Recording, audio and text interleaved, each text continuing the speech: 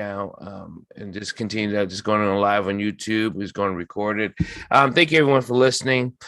We had just a little bit of technical difficulties, but that's okay. We got this. My brother and I, Master Steven, we got this, and we're going to continue our conversation. But welcome to our conversation. Here's the kicker. You asked me how things are going. Things are struggling. And the reason why I tell you why it's struggling is because I'm in certain meetings about racial education, our schools not being equity and equal. I'm in meetings about why police officers are still shooting Black teens. I'm in meetings about white people asking, how can we make a difference? And I'm coming down to where I'm standing up. And I'm not shaking my fist, but I'm like, listen, this is what's going on. Until the system gets broken, busted up, and redone, the system will always win, because no matter what we do in it, it still runs on. We graduate one kid from 9th grade and he goes into a senior, we're losing 5 kids to the prison pipeline. You know what? So you're right. It comes to a point where, why are we still asking the same flipping questions for 50 flipping years? Because it's not new. How about ask the question, why is it that we're still asking the same questions? Ask that question. Find that answer, Mr. Liberal white person. Let me hear you tell me that white people just don't want Black people to be on the same level. I'll accept that, because we are already there, but you haven't said it out loud. You said it in my ear. You said it in the bathroom. You said it in a closed door behind a cigar and a scotch, but you haven't said it on TV and publicly. So until that happens, what are we still talking about?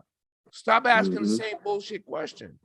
So that's why I'm doing today, because I've been to literally 6 Zoom meetings today, roughly around exactly what I said. And it has everything to do with, why are we still asking the same flipping question when you haven't really accepted the answer? That we just don't want this to change. We not only we don't want this to change, we want to keep you in change. So go ahead. Exactly. So, exactly. Well, I think a lot of it. Is we want a car to fly like a plane, right? Racism is a part of the American fabric, and it has been since its inception, since the beginning of America. So we don't have any experimental period of America that we could look at and say, well, let's be like that America. The fabric of America, racism is the fabric of America. So we're asking for America to do something that it cannot do, which is what I feel like creates the cognitive dissonance that we're dealing with. Because right now, our main problem is cognitive dissonance, because if you think about it, we term ourselves now the African American, which means that if we were to say that we're under a system of oppression, that you're both the oppressor and the person being oppressed.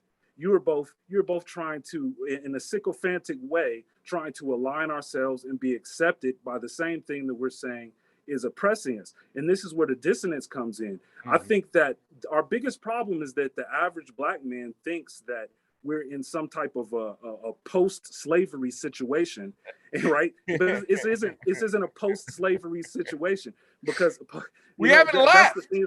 Yeah, we've never left, and I don't think most people understand this concept, which is that we are not the product of a failed slavery or people freed from slavery. We're the product of a successful slavery, right? Because the people that came over here prior to those who went through chattel slavery, those people had to be bound by they had to have metal around their neck, around their ankles, and shackles. And the reason for that is because they did not want to accept any English lifestyle, any English authority. They didn't want to assimilate to English society. So those are people pre-slavery. So how do you show a successful slavery Well, you no longer have to keep the shackles or the chains on. You learn that with a pet. It just because the dog will walk beside you now and you don't It's have to still a put the pet. leash on them, it's still a pet.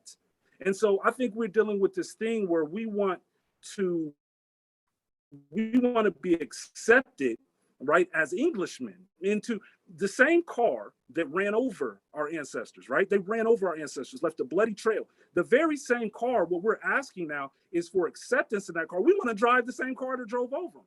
We want an opportunity to ride in the front seat. We want fairness in the very vehicle that was their destruction. So when we look back at the ancestors, there are two periods of ancestry that we look at, and usually we look at the post-chattel slavery ancestor and say, well, what those ancestors want, and are we living the dream for what they want? But No. we understand the trauma that we're dealing with that's still related to slavery. So those that just came out of slavery, they were dealing with even more trauma. So the only place that we can look at the black man pre-trauma is before chattel slavery. And that black man was not looking for assimilation. So we are the manifestation of a successful slavery, as far as I'm concerned. And so we have to deal with that cognitively. First of all, be like, well, our problem is that we're attempting to be something. We're attempting to be accepted in a system of slavery fairly, and that just doesn't make any sense. It doesn't make sense to us. So let me ask you. Let me put you into the Buster Brown white shoes. I feel like I just went back to the 70s, my Buster Browns. Yeah. Why would a white person want you to accept what has happened that they are not willing to give? How does that work? How does that assimilate in their brain? It's got to be a functional mess. Yeah. To think that, but here's the kicker. We just know recently Whoopi Goldberg was put on whatever administrative leave for talking about the Holocaust. Now, any association with the Holocaust, it is so off limits that I might get called by the FCC just by mentioning the Holocaust with two black people. It's not even subject to discussion. At all. Right? At all, like zero. But we will discuss slavery like it's debatable. How does that work? Well, I think again, it's that we lack something that they have. Like you're quickly labeled an anti-Semitic, or the reason for this is because they have privatized power, right? We have this idea that they have privatized power, which is what I preach. Political freedom and all these things, it's a farce. There's no such thing as freedom. You're never going to experience any type of freedom, not in the English world. But what you can experience is privatized power. And though they have privatized power and leverage to be able to do things that we're not able to do. So we can't say what to and what not to do. We don't own the media, So these people are in power. You're going to have to teach us, Master Flecher. My brother Steven, you guys you hold on, time out, slow down, and kick it up a little bit. Get a goddamn piece of paper. Really. Now, what do you mean by privatized power? Because the man that's the backdrop behind me, the Frederick Douglass, most of you people who listen on the podcast can't see this. He said, there is no power as long as we remain slavery within ourselves. Yeah, so, that's absolutely. Yeah, that's absolutely true. So when I say privatized power, I think it's first that we have to recognize that. Okay, we have to recognize first that the best that we can get here in America is to be accepted as English slaves fairly, right? Because the English people themselves, the European in America is a slave himself, and that's by dictionary definition. And this is what I always try to enforce in people's minds, to understand that a slave, if we use Oxford languages, which is the authority in English, in the English definition, a slave is a person who is the legal property of another and is forced to obey them. So you have to be legal property. So then we ask ourselves, well, what is property? And property is are possessions collectively. So we look at property as possessions collectively. And we look at what is possession, it's the state of having, owning, or controlling something. So Yep. possession is a thing under the state of control. All right. Right. So if that Right. is the case, then a slave, a person who is the legal property, it means that a person who's under the legal control of another and is forced. Force means coercion, right? We'll put you in prison. We'll take your money. We'll do all this is coercion. Who was forced to obey them. So by the English definition, the English mind itself sees its citizens, the subject citizen, as a slave. It is the exact same thing by definition. Right. So the only thing what we're asking is, can we please be recognized fairly as slaves? Can we please have equality in English slavery?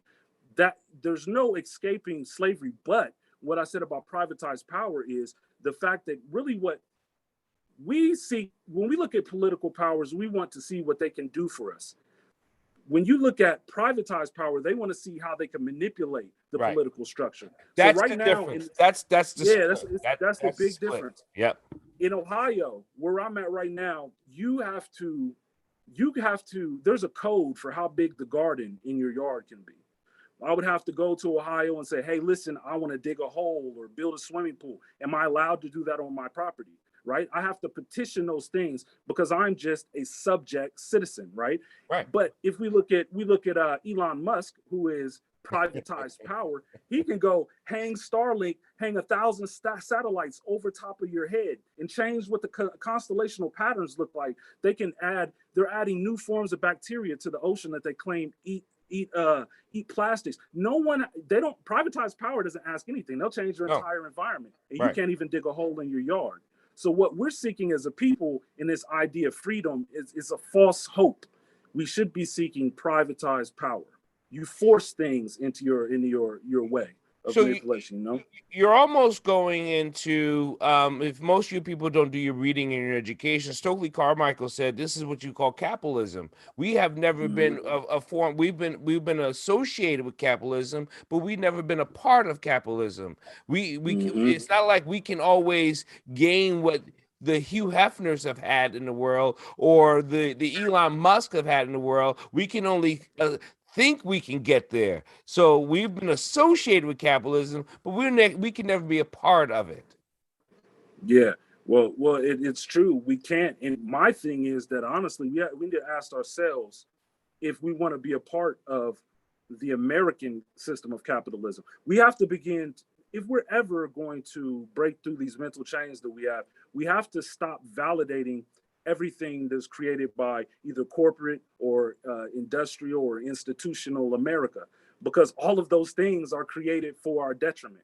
So we have to figure out, we have to rethink, see the world for ourselves and kind of rethink, because we're trying to live. If you think about it, like I tell people all the time, our attachment and the validation that we give to these systems, it comes from a misconception that we have, because I think that most Black people, we have this love for, or this pride in America, because we have a feeling that we were part of the creators of America. We feel like we helped to build America.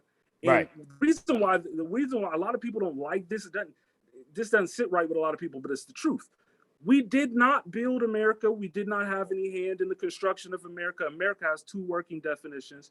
Those two working definitions, America is a continental landmass. People do not build continental land masses. So we didn't build America that way. We didn't help build America any other way, because the only other working definition is as the United States, which is a conceptual idea. Right. And Black people are not responsible for the conceptual idea of the United States of America. That is not, none of the travesties that she's done, none of the things she's done, that's not our intellectual property. Well, hold on. So we live in the mind of another people. Stephen, hold on a second. So you're saying that the cow is not part of the farm? Yeah, well, I'm saying that we built churches. We built churches. We've picked cotton. We've built buildings. We've helped to build economy. But none of those things are America. The only America that could be built is the only America that could be built is the America that exists in people's minds, because it is a concept, it is a conceptual place. It doesn't actually exist, right? Which is why we look at the map, we look at all the states. If we go through history, the states are always changing because they're states of an idea. Right. And so you have Englishmen who are dead or gone, who are slave owners, who dreamed this up without us. We didn't sit at the table. I mean, you had what it was 25 of the 55 delegates of the Constitutional Convention own slaves. So how can my Constitution, if you think of what a Constitution is, what constitutes you, how can my mental constitution be that of a slave owner or a barbarian who were stealing and kidnapping people? We're still we're still moving underneath of their, you understand, their thought mental process, infrastructure.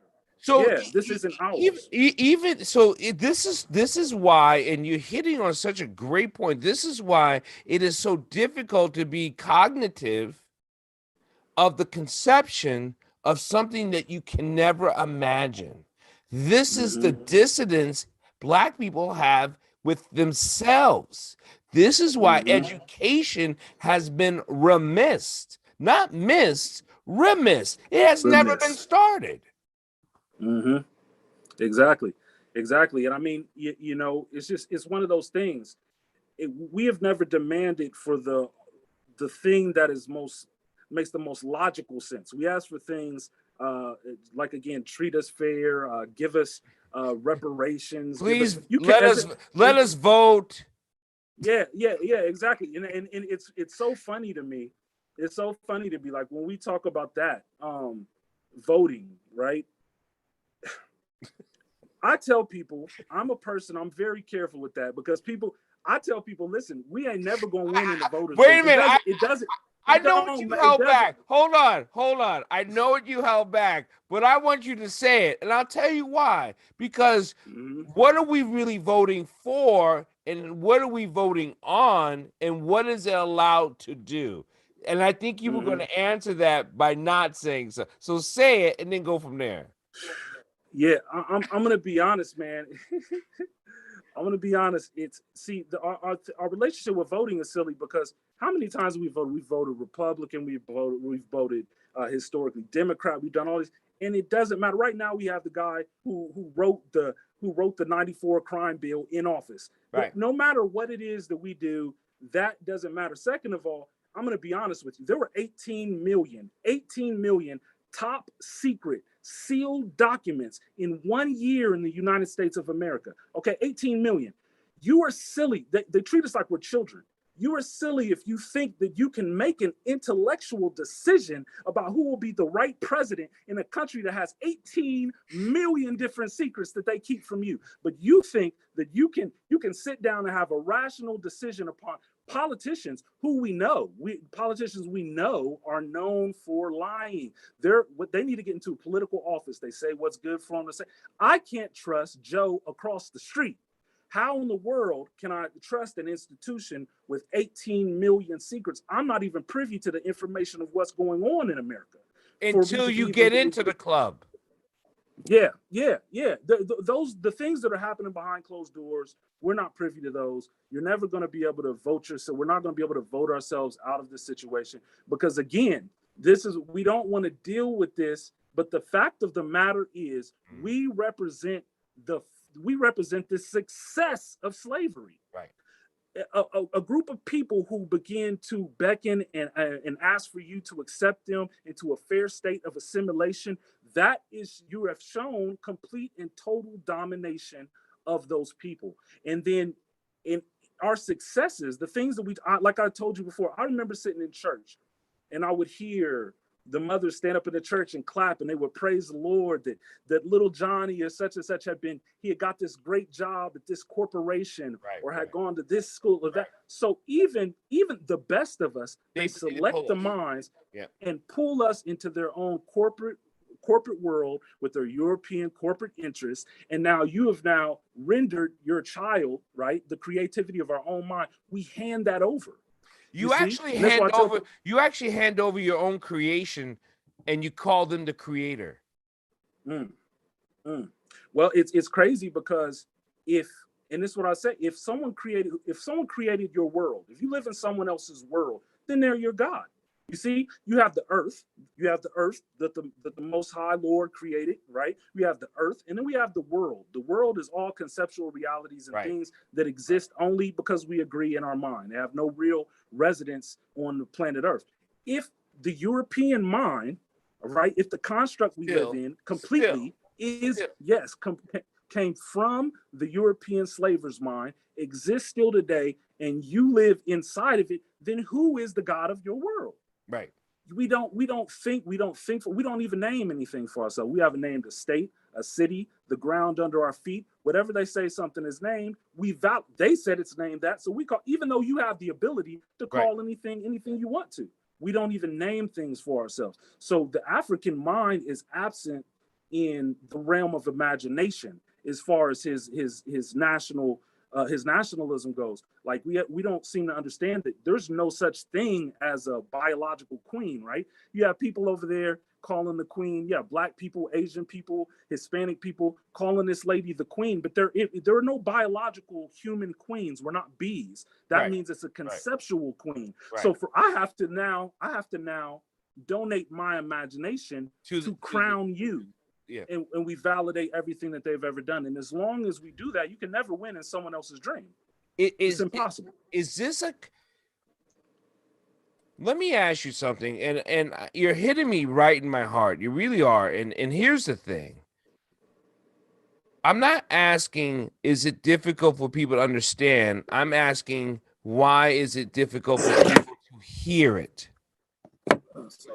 Why is it difficult? Why is it difficult for people to actually hear what you're saying and then to now truly understand? Is it because they still have not imagined themselves not being a slave? They have to first realize that they're not being a slave for them to now accept the education we are kicking.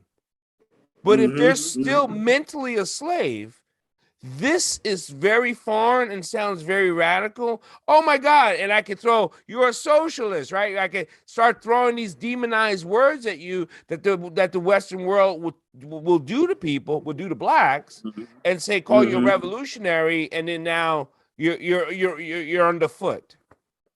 Yeah. Well, it's that we've always been rewarded for being comfortable Negroes, right?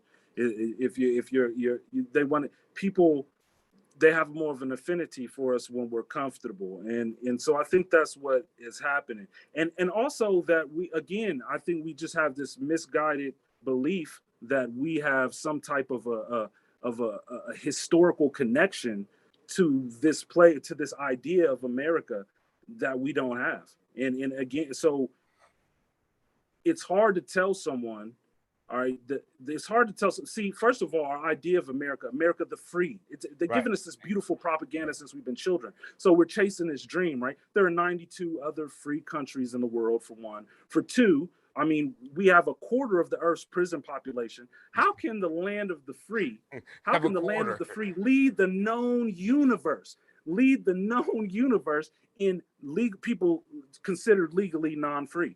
So we're actually the home of the non-free, if you were to consider it. But the propaganda is so strong with this, and we've had the dream and a dream. We've heard this over and over again. So we've created an America in our own minds, right? Because that's the only place it exists, anyways. It's a conceptual idea, and so each of us have our own conceptual idea of what that is. And Black people, I believe, have some conceptual idea where there's some America down the road that hugs you, embraces you, says the dream is here and we love you. But that is not what the mechanism of America was built for. That's not what it's supposed to do. And it's not ever going to do it. And this is my problem. The biggest thing is that we think that we can put people in high places. And I see people that want to do good work. They want to be judges. You want to be on the police. The problem with that, it's still all good stuff. It's still all good stuff. It is. But go ahead. The problem is that the judicial system, let's talk about that, is self-referential. And what I mean about self-referential is that it doesn't reference any system of morality. No. It references itself. Right. So what happens when you have a self-referential judicial system? It would always correct itself. Yeah, it can, exactly. And you could take like I know many Black men who have been locked up over, let's say, the selling of marijuana, right? and they were taken away. We have to really think about the gravity of what happened there. They're taken away from their homes, right? Stripped, thrown into cages, and kept there for years.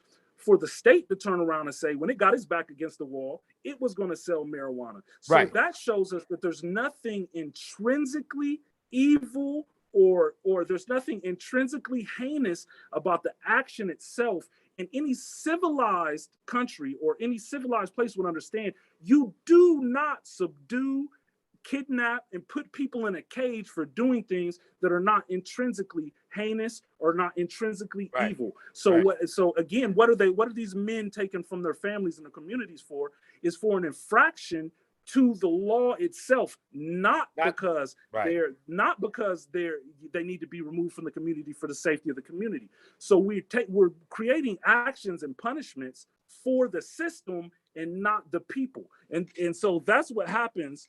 That's what happens when we're dealing with self-referential. It doesn't point to morality at all. Because so we you have a judge, because we know we've had these draconian terms with unequal fair treatment between who gets 17 years for pot for like a dime bag, and another person gets let go for time served before they even hit the court. And it has a lot to do with who you are, what you know, what color you are, and so on. And so we try to point this out as blacks, as Black American, as educated Black American. We keep trying to point this out, but we're pointing it to a person, to a system that knows it's doing it. So why are we still pointing it? exactly.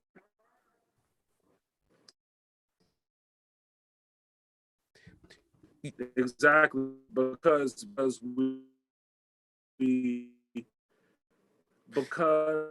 You broke up. Your Wi-Fi. post You're breaking up a little bit. child slavery trauma. We have what we can you hear me now? Am I good? Yep. Now you're good. Yeah, you're good.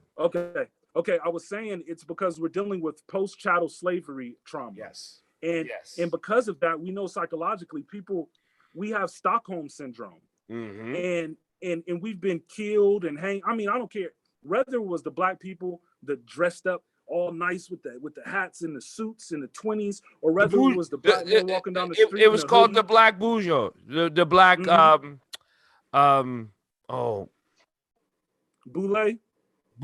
Black Boule. Yeah. So regardless of how we've dressed, how we've acted, how we've prepared ourselves, we've always been at the end of the same type of abuse. And because of that, we become sycophantic. And so we wanting to be accepted as, again, it is English society that has done this to us. And it is English society that we're beckoning to allow us into English society fairly. And so that's what we're dealing with. And so we're not dealing with people that are in the right state of mind. And this is why I always say, if we want to know anything about liberty or freedom, we have to sit back and think, what did the African think before he was put in the chains, before he could walk around without the chains on, domestically trained and trying to, assimilate?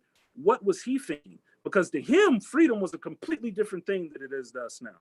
If you were to go look at the pre-slavery African, and then I go to him and tell him, well, hey man, I'm a son of Amerigo. I'm an American, Amerigo Vespucci. Right. We're trying to, I've joined the people that was his enemy. I have seek to join and assimilate with his demise. And so we're a new type of thing with a new type of psychology, and we can't get a grounding because we're not sure exactly what it is that we want to be, because we want to be two different things. You see? I think that's our biggest issue, is that we know we'll never be accepted this way, and that the fabric of America is racism, but yet we still want to. I look at what Malcolm said. Malcolm said the house Negro, he'll run and put the flames of the fire out on the master's house before the master will. Yes. We are still in the same house, and as long as the house exists and the executive order is the same, and there is no reconstruction from the ground up, as long as we still are living underneath those 25 delegate slave owners' words, we will always be cursed because the words are a curse. We live in a land that was created by or manifested by the curse of slavers. So I think when people hear this and get maybe overwhelmed, what is next? What could be next? You know, some people say we should leave this land. To go where? To go Nowhere to where? go. Yeah. Nowhere to go. There's nowhere to go. And that's the thing. We have to face it in whatever fashion we have to face it, because there's nowhere to, they took every blade of land the black people ever had, save Ethiopia, everywhere on the globe, every indigenous place, and they crippled their economies. There's nowhere to go. Purposely. Yeah, Purposely. Purposely. There's nowhere to go. But the one thing that I do know is that we have to distinguish our own psychology from that of the English psychology. Yeah. We cannot carry the psychology and the cultural tendencies of the same people that want to destroy us. We can't aspire to be a part of their organizations.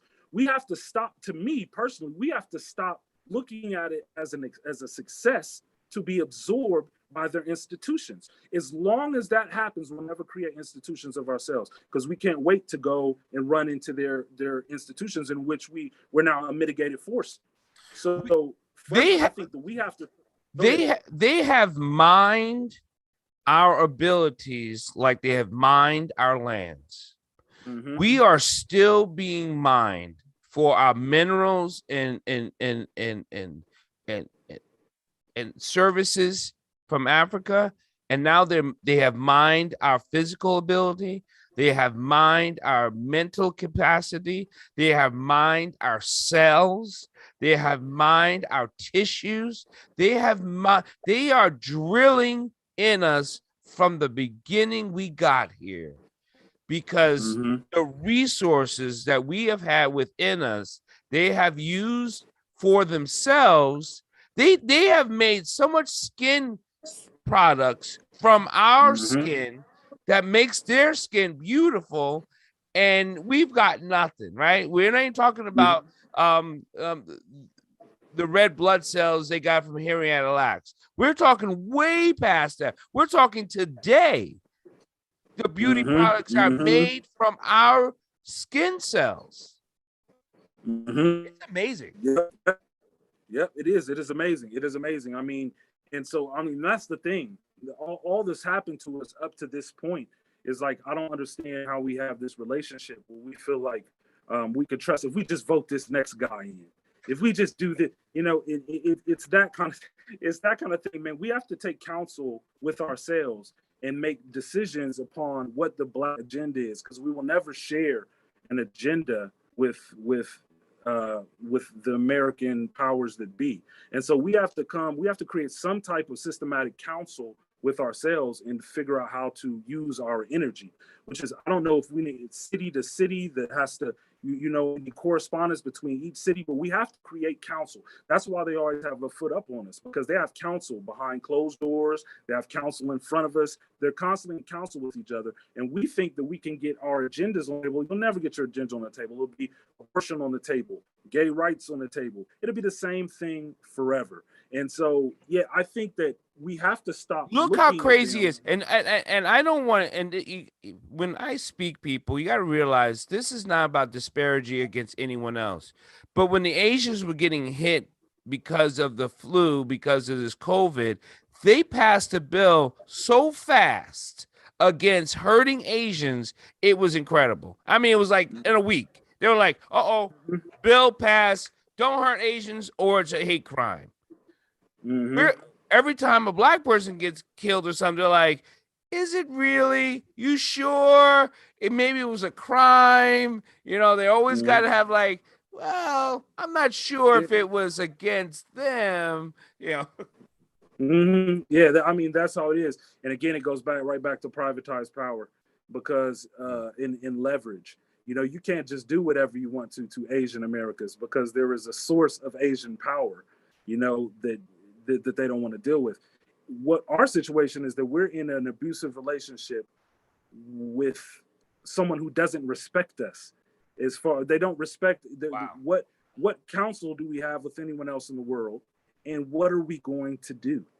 And so I think it's just that kind of thing, man. No one is going to respect you because you beg them to, because you march, because you cry, it's never going to happen. Which is the same thing. It's a hard thing to talk about, because one of the things you have to understand, you know why they'll never run into Chinatown, right? If you go, there's a Chinatown in every major city. Yes, right? there is. And they're not going to run in there shooting, killing, and beating their children. Right? There's a couple. Yeah, it's not going to happen. And they don't need an Asian president or the Asian congressman. They don't need that. Well, I'll tell you why. One reason is that if you go, you have things like, whether it's the Italians, whether it's let me see, they have the Yakuza. Yeah. You have, whether it's in Mexico, whether you look at the Italians, there is the mafia. There are things set in place to where law enforcement and the judicial system doesn't feel comfortable bringing misjustice into their area, because guess what? There are people behind the scenes that deal with it instead of cry. And because that's happened historically, we don't deal with those type of people like that. Well, we don't have that type of what would I say? Systematic force or underbelly that deals. When Trayvon Martin or any of these children were harmed, they don't fear when they go home. No. Their families have no fear. About you can't do that. You can't do that in Chinatown. You can't do that to other people. There'll be a fear for your own life. They have no fear for their own life when they harm us. And that's something that goes, it's primal. It's primal. Wow. And again, I think this comes with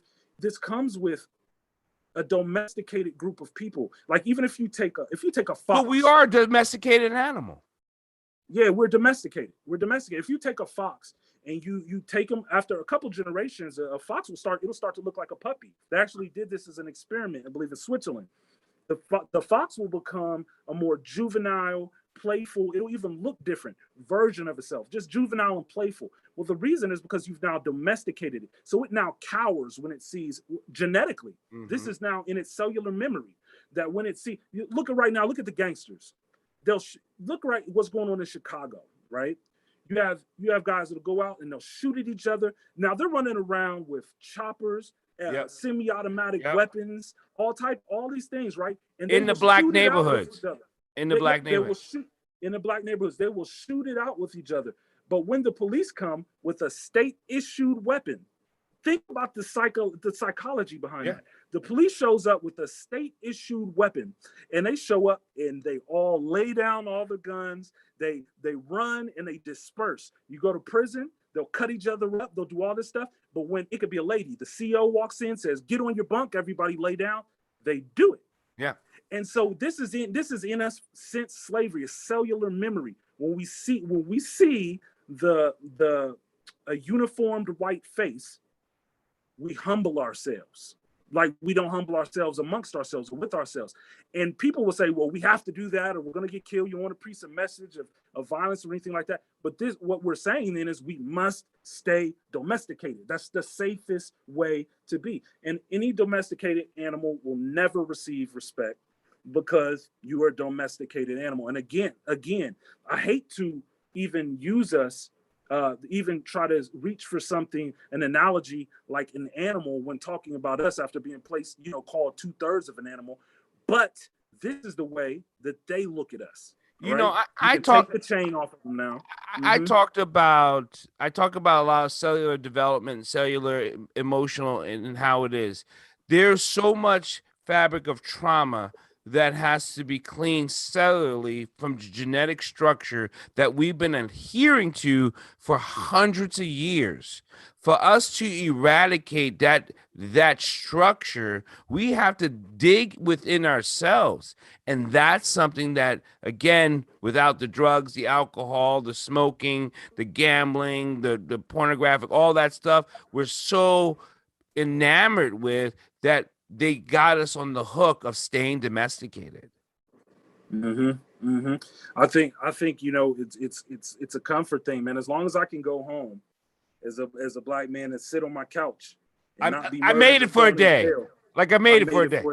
Right. I made it for a day. It's this. And so we're just surviving. We're just surviving, because for us, it feels like the most responsible, safest thing to do is just to continue surviving. And this is all we're trying to do. And again, other people are, we have people, they're putting rovers on Mars and trying to go into the moon, and people, and what are we doing? Just trying to survive. Make it home. Yeah. Just trying to make it home. And so again, the first thing I think we have to do is we have to get rid of the cognitive dissonance. We have to say, what are we and who are we? We have to deal with that, because there is a turn. Again, pre-slavery, there's a turn in the black man. You have the post-slavery black man and the pre-slavery black man. Do we want what the pre-slavery black man wanted, or do we want what the post-slavery black man wanted after he has collected all of his trauma, which is just a fair vote, a fair seat, a fair, or do we want liberty?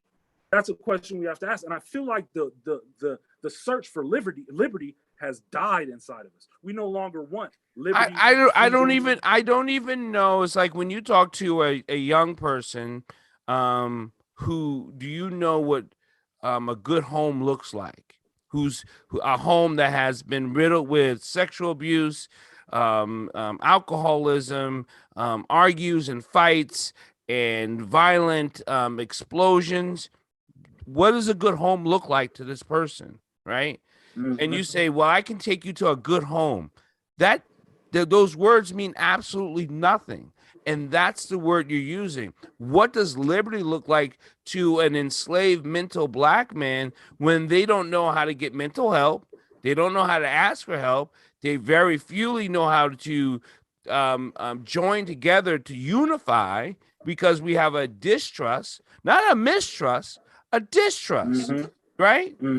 For each other. Like, how many times have we go into a black store and be like, they ripped me off, I ain't going back there? How many times have you been to those other stores, they rip you off, you just go to another one, right? Because they're having a sale, right? So how can a person know what liberty is if they've never even know what liberty could be?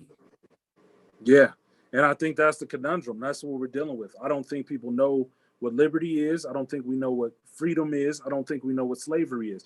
We know a lot of the times we only know spectrum points of these things, right? Like we'll say, well, I'm not a slave because I'm not getting whipped in a field. Well, that's not slavery, as if it's different from yours.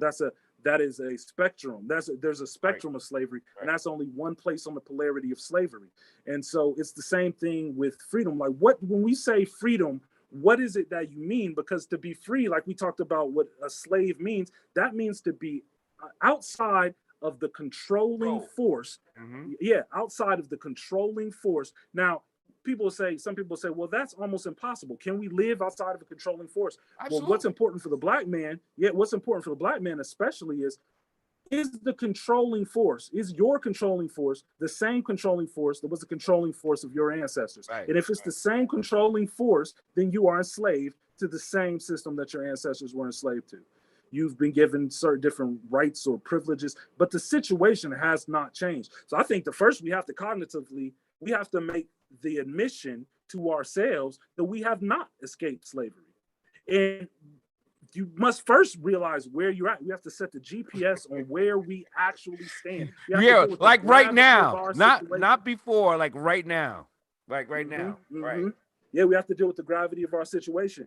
And so I think we have further to go than we realize right now, because I don't think that we've dealt with what's actually literally happening. I think that the most of us feel like we're free. And even though we know there's a sense of oppression, we don't know what freedom means. See, first of all, you have to realize how important it is for people to live in a nation when none of the laws, none of the constitutional values of that nation came from a black mind. It didn't come from a black mind. Your imagination, your all of our idiosyncrasies as a people, none of that exists in what America is. None of it at all. So in fact, so when when we look at things like that, we're going to say, well, why can't we get our placement? Why can't we see it? How can you get placement in someone else's imagination? Right. You can't. It's not your intellectual property. The system will never work the way you want it to work because you had no hand in the creation of the system. So the gears are going to continue to do what it is. It doesn't matter if I become a judge tomorrow. If I become a judge, see, this is what I say about self-referential systems. I actually said this in my book, Thousand-Legged Unicorn, on page 45. I say self-referentiality replaces the responsibility of doing what's right with the responsibility to do what is written. And so a judge will have to go in there, and she has a code that was written that they have to adhere to. They have to adhere to it. The cop, the CO, at a certain point, they have to say, I know, man, it's not right, but it's my job. Right. So you have a responsibility to do what is written by the European hand, right? You have a responsibility to do what is written over the responsibility to do what is right. And this is as long as we're in the self-referential system of the Englishman, it will always happen to us like this. And so I think it's a hard conversation because, like, well, where do we go from there? It's not a hard conversation because people have to understand this, because I think people are so quick to say, so now what are we supposed to do? Well, first slow down, understand where you are. You are not where we are. You are as an individual person. Don't just say because some black people get treated unfairly or mistreated harshly that it's all of us. It is all of us, and it is part of us. But where are you in that treatment? How are you affecting that treatment? How are you devising that treatment? Because you're right, you're still part of that treatment, but is it really being treated for you or against you? And you don't know who you are, so you don't know where you stand, but you're ready to lob into the mob rules and roll with it. And you still nothing but just because you're rolling with us doesn't mean you associate with us, doesn't mean you understand us. And you can still be the black person that says, that's right, we got to go do this. We got to go do this. What are you doing and how are you understanding it? That's what they're missing. Yeah, that's absolutely true. That's absolutely true. And a lot of people, they're just linking on to a movement or whatever looks or feels good. And again, it's all about trajectory. At a certain point to say, well, what is the trajectory? What is it that we want? That for those that don't know how to understand or how to follow or how to participate, right? They've been told what they want by America through propaganda, the piece of the American pie. Someone amongst ourselves, we have to rewrite what the dream is for ourselves so that they can latch on to a new dream. Because right now they're chasing a dream that doesn't exist and will never exist and has never existed. So we have to say, well, how do we protect ourselves, for one? What is it that we want? What is it that we demand? Because we're feeling unsafe. That's really what it is. And if we're feeling unsafe, the harshest term is that we're afraid. Yeah, it is. And it's because there's a harsh reality. And the harsh reality is that if you ever want the same type of liberty, the same types of freedom, the same type of respect that any of the rest of these people have on the planet Earth, you have to be willing to die for that. And it's hard. You can't get around it. We want to find a way around that. We want to find a way that it'll be okay, that we can be comfortable, right? We can be comfortable Negroes and happy and not do anything. People were spit on, kicked, beat, killed, hung, and we have not escaped the responsibility to be kicked, beat on, hung, and killed. That is your responsibility when it's in the way of your liberty or your freedom. You see, and I feel like, again, it goes back to domestication. The further you get away from chattel slavery, the further you get away from it, the more of a domesticated a black man you see, with this need to assimilate, this need to be appreciated, this need to be accepted, this need. You don't see the Nat Turners anymore. You don't see you see that the further we get away from it, the more accustomed we come to thinking like the people we claim oppress us. I wrote a paper called Free Range Slaves. Just because you don't see the fence doesn't mean you're not encaged. Just because you don't see the change doesn't mean you're not adhered to a post. You know, and just because you don't see the marks on your back or your arm or your leg doesn't mean you ain't getting whipped. And I think that's where the free range slave comes in. You know, it would be almost obvious if we were just getting whipped by the school system. If we were getting whipped physically, they would be like, look, this is what I'm feeling. I'm in pain. But right now, the pain's so much up in here that we keep the system keeps saying, you're imagining your pain. You know, it's not your pain. You're just, you know, you're just over exaggerating, right? You just need to work harder. Pull your bootstraps. Pull yourself up by the bootstraps, man. Yeah, that's what they like to say. And hey, you know, again, it's because that's one of the bad things, because we look back at, you know, the most terrible forms of slavery, and that whip was a terrible thing. But that whip was a reminder, right? You were getting lashed. You knew, right, how serious the situation was. Well, now when you got your Netflix and we're dealing with economic oppression. Right. But they give you just enough to sedate yourself and keep making it through while they use you as a resource, right?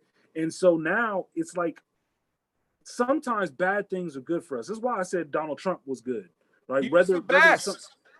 This is why I said it was a good thing for us, and I'll tell you why. Because we needed a wake up call. All right. Sometimes it's good for I've figured this out with us, man.